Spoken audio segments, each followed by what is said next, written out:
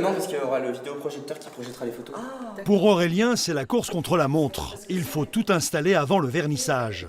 Des photos, des affiches, des documents, des objets qu'il a rassemblés méticuleusement, comme le casque que portait son arrière-grand-père paternel, héros anonyme de la Grande Guerre.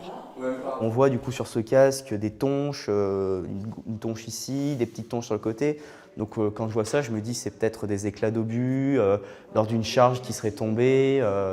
Voilà, on peut s'imaginer un peu les histoires qu'a pu vivre ce casque dans les tranchées de Verdun. Cette exposition, c'est l'aboutissement d'une passion dévorante pour l'histoire, transmise par son arrière-grand-père et son grand-père aussi, résistant de la Seconde Guerre mondiale. Un virus familial attrapé dès le plus jeune âge. On a fait par exemple le musée de l'armée à Paris. On est rentré à l'ouverture, il devait avoir 6 ans. Il a préféré ne pas manger avec son frère et on a fait la clôture. Il m'a épuisé. Voilà. Donc en fait, il a toujours aimé l'histoire. Pour enrichir son exposition, Aurélien a fait appel à toutes les bonnes volontés. Michel, un retraité du Trièves, lui a confié quelques exemplaires d'illustrations, l'hebdomadaire Choc de l'époque.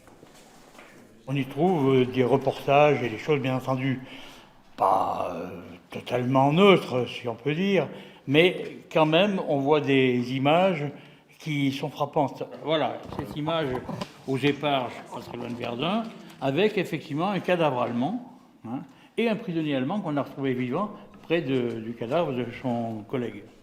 Cette exposition, Aurélien la veut pédagogique et pour ça, il a fabriqué de ses mains quelques objets. Ici, une mitrailleuse de l'époque, là, une maquette des tranchées.